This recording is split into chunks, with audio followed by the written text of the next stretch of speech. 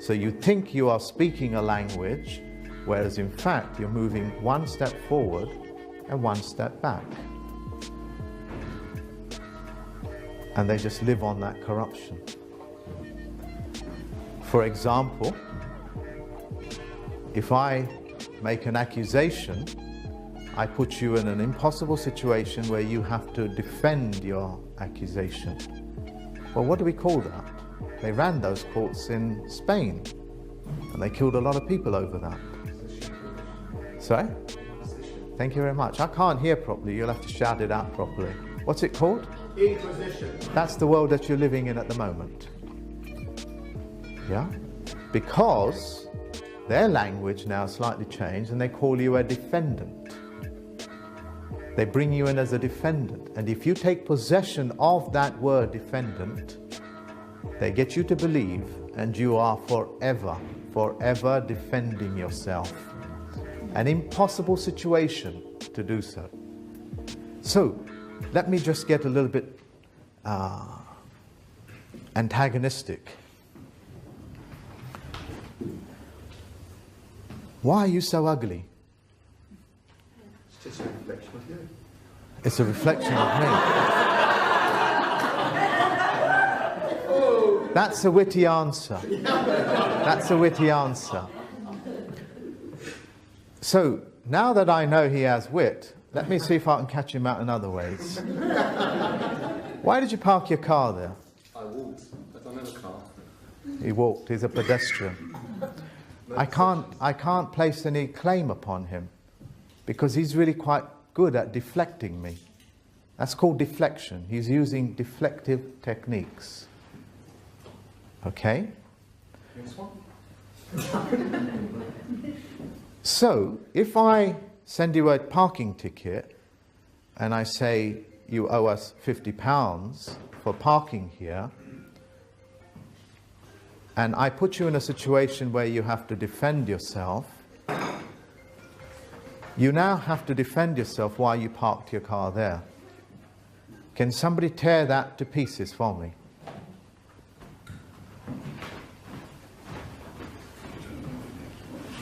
Sorry, Mark, could you repeat that, please? I sent you a parking ticket, Ray. You parked your car outside of your house where it's a double yellow line because I put that there last week. Okay? You owe me 50 quid for it. Can you defend yourself, please? Why did you park your car there? It's a double yellow line. Are you actually parked? Sorry? Are you actually parked? Sorry? Are you actually parked? Are they putting a label on you that might not be true? Are you assuming you're parked because you stopped? Yeah. They're letting you take presumption. Letting you take jurisdiction of your presumption, because parking means to leave your car and go. That's what parking means. So if they pull you over and they accuse you of parking there, no, I stopped there. And as the judge of this vehicle, because that's what your license allows you to do, navigate maritime expression, it is you, with your own volition, your thinking, have stopped there. And you don't have the right to question me, because I'm the judge of this vehicle. Go away. You're no longer a defendant. You're in possession of your own mind. You know there's a difference between a parking and stopping. That type of questioning is known as a leading question. It's a leading question. I'm not actually asking you anything. I'm actually telling you, and then putting you in an impossible situation where you're defending yourself. So, when I draw up my papers for people, this is what I do. I say, he who makes the claim provides the evidence. He who makes the accusation provides the evidence. He who makes the statement qualifies their statement.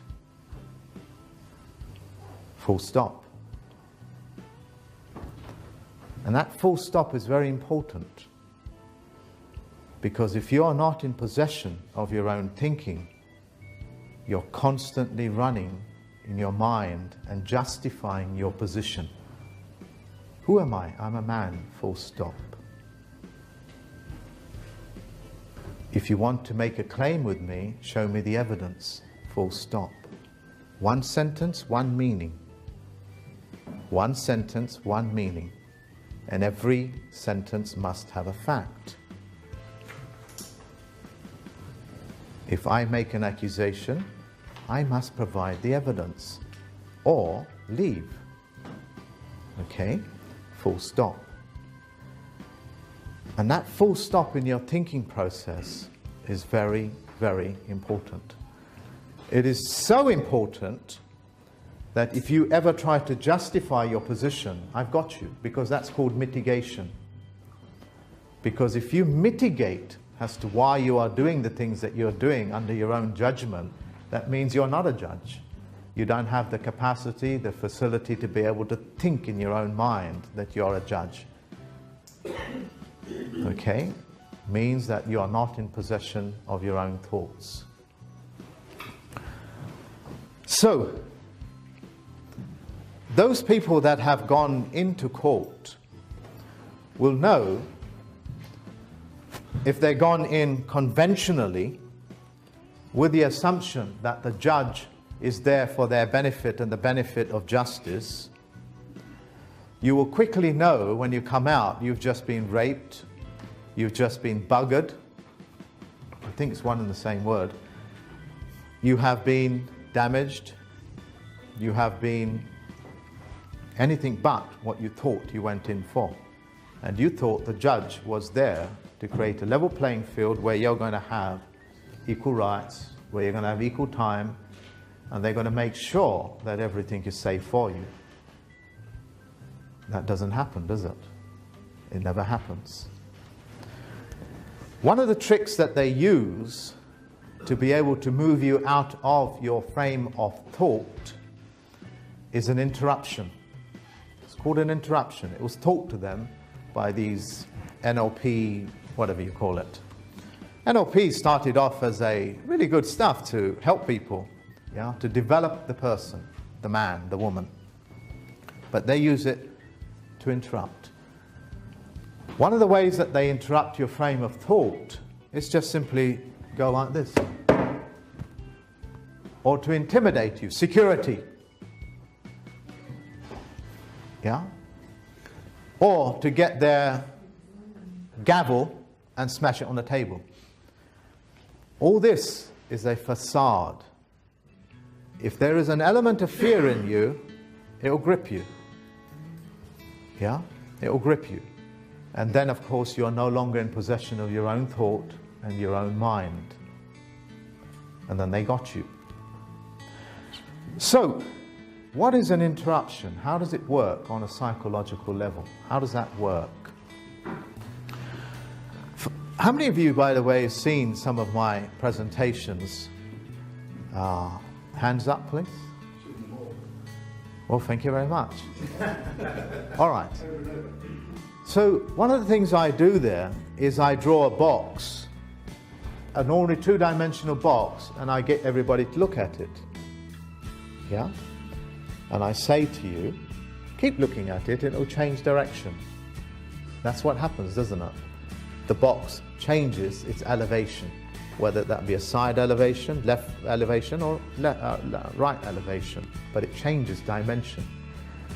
Your brain's ability to be able to sift through, to be able to turn the image around for you to get another elevation to it, is the activity of your subconscious mind. When that happens, it swaps, and that's called a trance state. If you catch a person while that's happening, you can put them into a subconscious state. You can hypnotize them like that. Click of a finger. Yeah, very easy to do. They take those things which nature gives you and use it to corrupt, just as Microsoft will do with the operating system, just as Monsanto will do with their seeds, their Terminator seeds. The entire thing is a corruption. And they're able to do that because of the constant lying that they perform on you. Constant lying. So when that box is changing, you're now seeing things in a different way. Now let me give you an example. You are making a statement, you are making a case with me, and you've put your case really quite beautifully, and you've got me to see exactly what you want me to see. Guess what I do? I come along and interrupt his train of thought. It just swaps, just as that box swaps. Now he's talking about something else. And I can do that verbally, or just by giving you the impression the case is dismissed. Nothing of the sort has happened. These are purposeful disruptions that they place upon you in order to take away your frame of thought. Okay? Everybody up to speed as to what I've just said? When they do things like that to me, I get a little bit cheeky. I become witty. And I say to them, because I know what that courtroom is, I say to them, do you require help with your binding? I have some maritime rivets here. Would you like to bind your documents together, like I have? And I'll show it to them. Yeah, I perform the same trick because I'm like that. I'm a bit cheeky. I like cheeky things because I'm not frightened of them. The reason why I'm not frightened of them is because thanks to David Wynne Miller, he taught me the bureaucracies to be able to safely navigate your way into any courtroom, and it doesn't matter which courtroom, because all courtrooms on this planet are one courtroom. They are one. Yeah, it doesn't matter if it's in Antarctic, it doesn't matter if it's Britain, it doesn't matter where it is. If it's got a letterbox, it's one jurisdiction.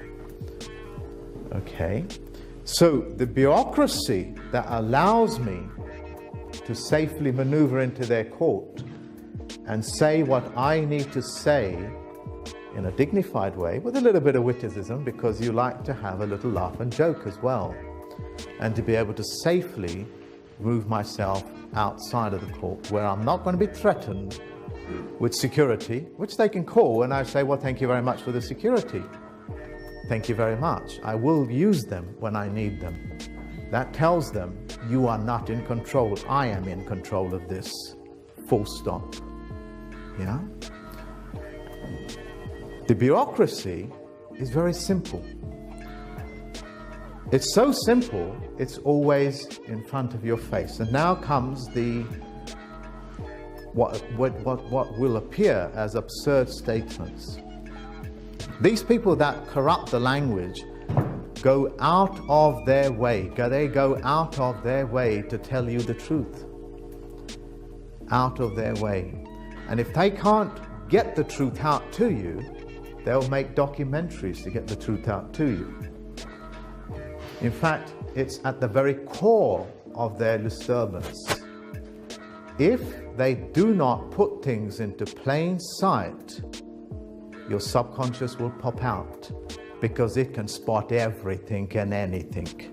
Your subconscious has the ability to see 18 kilometers away, smell everything in this room, just as my pet dog once could.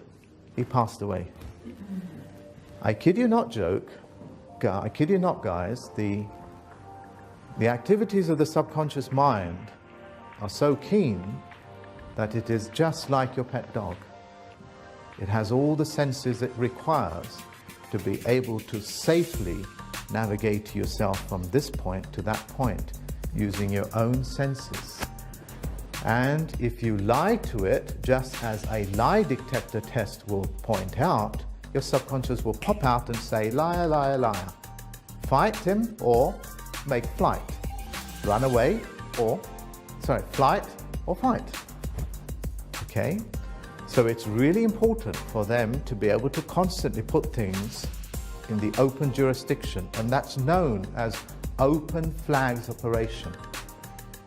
And they'll go to great lengths to even to use the right words. Terrorism attack. Terror means Tara. It means earth. Earth attacking you. There's only one people that can say that. That's usually your government. If it was somebody else attacking you, they will tell you so. It was a guerrilla attack.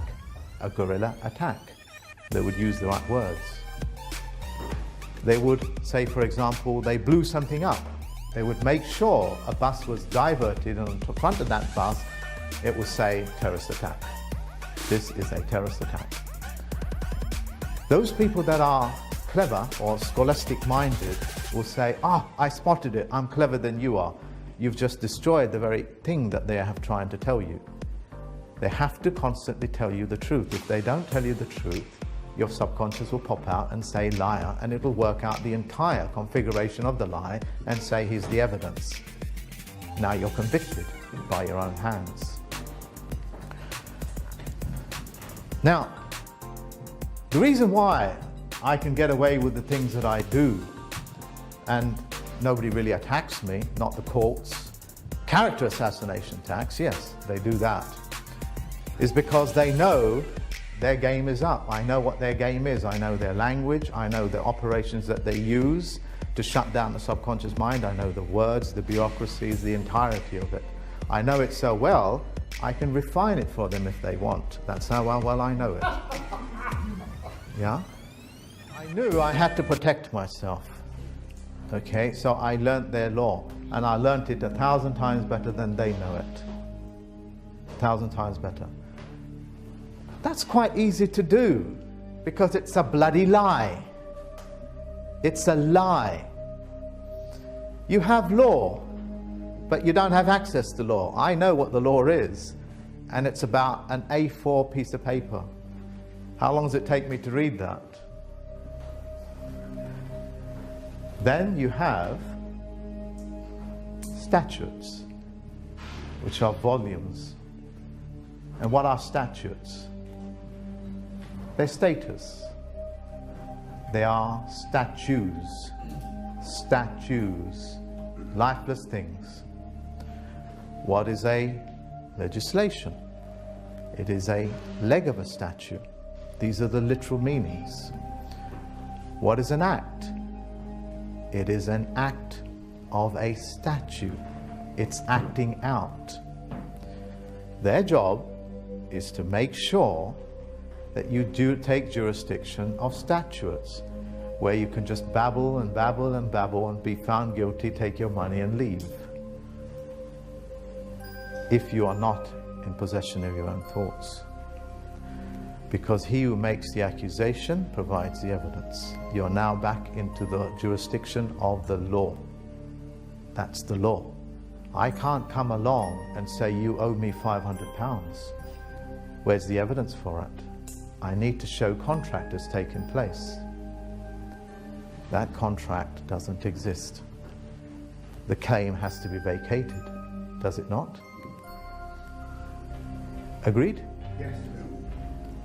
Unless he is silly enough, and he is very silly, he writes back to me and says, well, I don't really owe you £500. As far as I know, it was never £500. He's just made contract with me. Now we go to court as to how much I'm going to get out of him. That's called contract. So I say to him, he owes me 500 quid, judge. I want that 500 quid, and I want 150 pounds for being here, and cab fare and so on and so forth. It's now 250 on top, so it's 750. Because he was silly enough to make contract. The rest is now just mitigated until he puts a full stop to it and says, he who makes the claim provides the evidence. So what are you talking about there, Mark? Are you talking about a counterclaim? No, they're not counterclaims. They're nothing of the sort. They're not counterclaims or anything. Does it make a difference if I sign some kind of term or agreement that they show me something with my signature? I'll come on to that in a minute. So, full stop. Next subject. I'm going to go back in a little bit of time, because as you know, I'm an expert in the past. I have a minute recording of it, but I know nothing about the past. I'm making little sarcastic jokes now and then to just give you an idea how the scholastic mind can work. It creates a reality which does not exist. Once you're in that reality, you will not be able to escape it, because all you'll be doing is mitigating how ignorant you really are. Never get yourself into that position. I get a document through the letterbox and it asks me to sign my name on it. Okay, I'm quite law-abiding, I'm quite happy to sign it. It's making me some sort of an offer. I have no idea what it really means, but I sign it. And a signature is a cursive. A joined up writing is called cursive. When you place your cursive in that rectangular box, that's your coffin. And you have put your cursive into that rectangular box, which is your coffin. And a cursive is the language of dead people. It means to do evil upon people. And it's the language of the dead. Full stop. Now let me qualify that statement, how profound a statement that really is. As you know, all of yous are dead. And have no mistake, you are dead. Because every mailing you get is all in all caps. You are all caps. You are dead people, just as in a gravestone. Yeah? You are floated dead under maritime law of bankruptcy. Because you don't ever get to keep your wealth, your gold or anything. It all belongs to the people that are floating your country.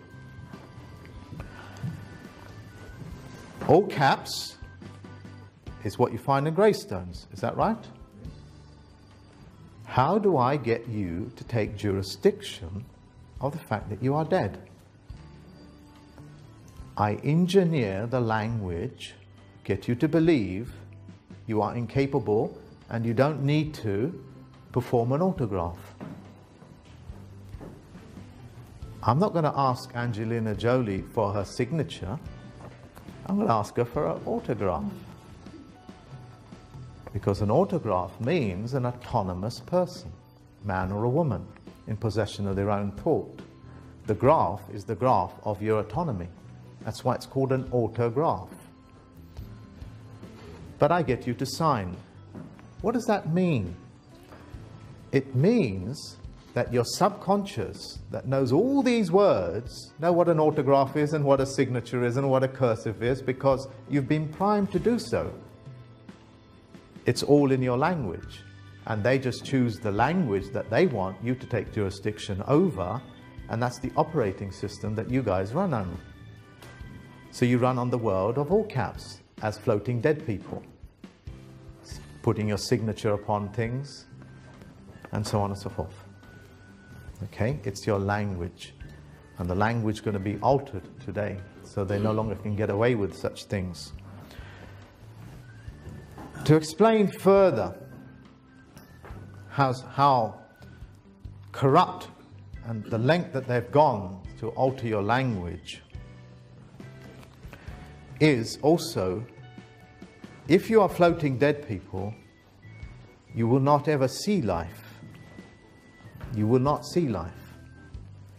You will never hear life. You will never speak of life.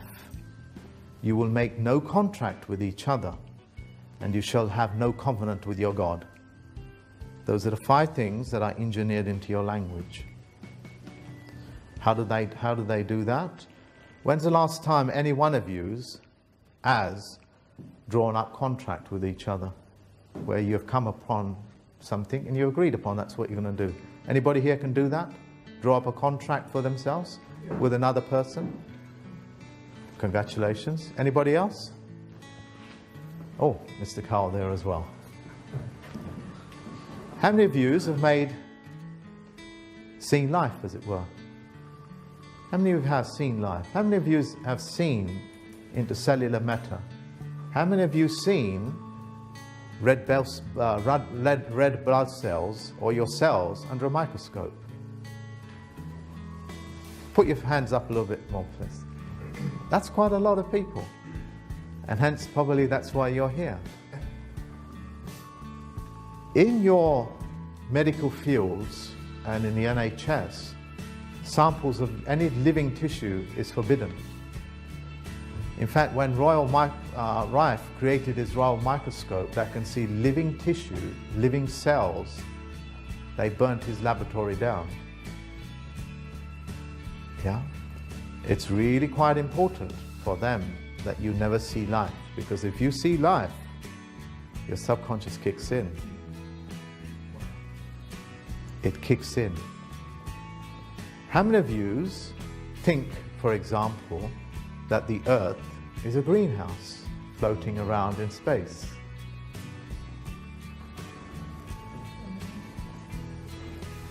How many of you believe that the Earth and the air that you breathe and so on and so forth is a finite thing, and that oil, oxygen, air, water is all finite, that it's all going to run out?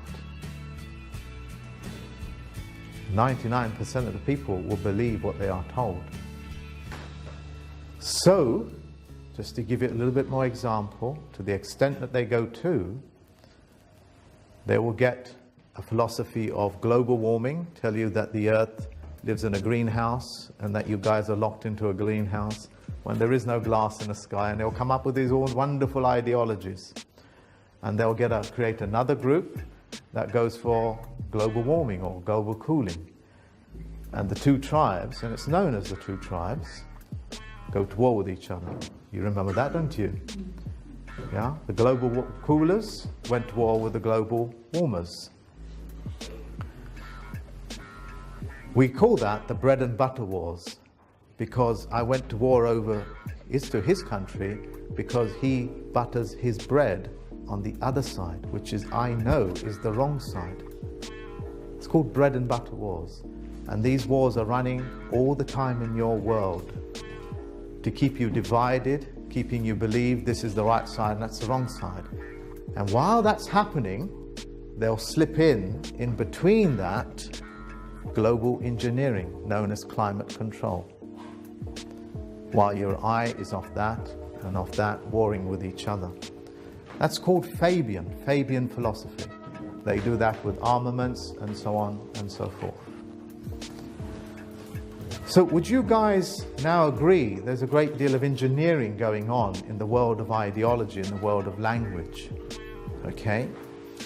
I was listening to a video by Karl Lentz where he was talking about words, wordplay, parliaments and so on and so forth. And he was pointing out, say a man or woman goes before a judge and says, I suffered rape.